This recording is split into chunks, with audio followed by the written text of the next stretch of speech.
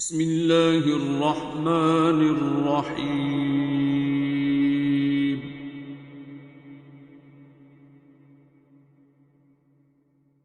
الرحمن۔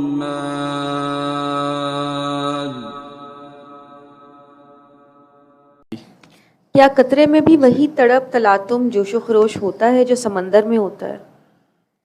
ہاں، قطرہ ہی سمندر ہوتا ہے. اس سمندر ایک قطرے کا نام ہے، قطرے ہی کا تو نام ہے. تو وہ سب کچھ اس میں بھی ہوتا ہے، اس میں بھی ہوتا ہے. ٹھیک ہے جی سائیں. سمندر آپ لوگوں کو لگتا ہے شمع اور پروانہ بھی سمجھ لو، اس میں بھی تڑپ ہوتی ہے، شمع میں بھی اور پروانے میں بھی.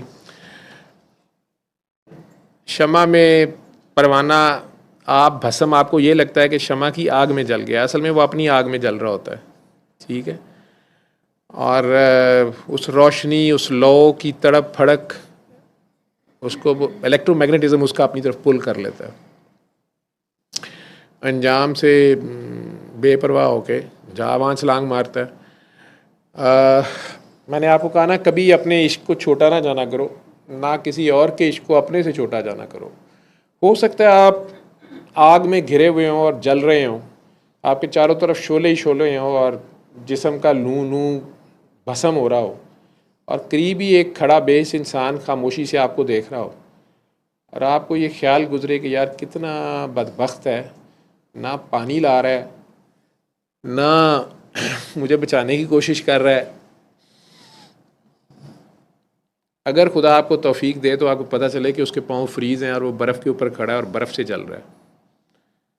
برف کی اپنی جلن ہوتی ہے، آگ کی اپنی جلن ہے.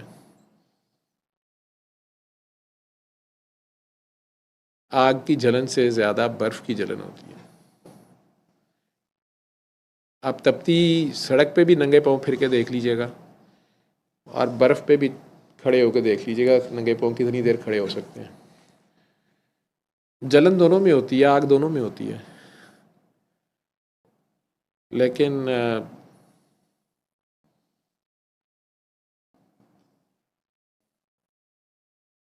برف کی آگ نظر نہیں آ رہی ہوتی لیکن جلا دیتی ہے، کیور ہی نہیں ہوتی، کاٹنا پڑ جاتا ہے سب کچھ.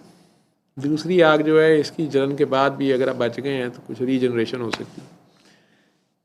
فرق ہے. آپ اپنے شوز میں کھڑے ہوتے ہیں، آپ نے ہو سکتا ہے آگ کے جوتے پہنے ہوئے ہوں، دوسرے نے ہو سکتا ہے برف کے پہنے ہوئے ہوں.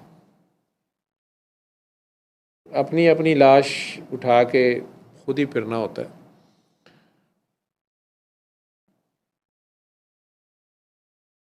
جب تک تو آپ کو دوسرے نظر آ رہے ہوتے ہیں. شکوے اور شکایتیں اور دعوے اور باتیں ہیں یہ ساری. مجھے تو عجیب سا لگ رہا ہے یہ کویسچنز.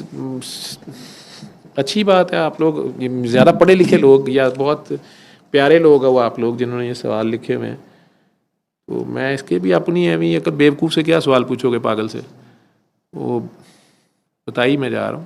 اور علم القرآن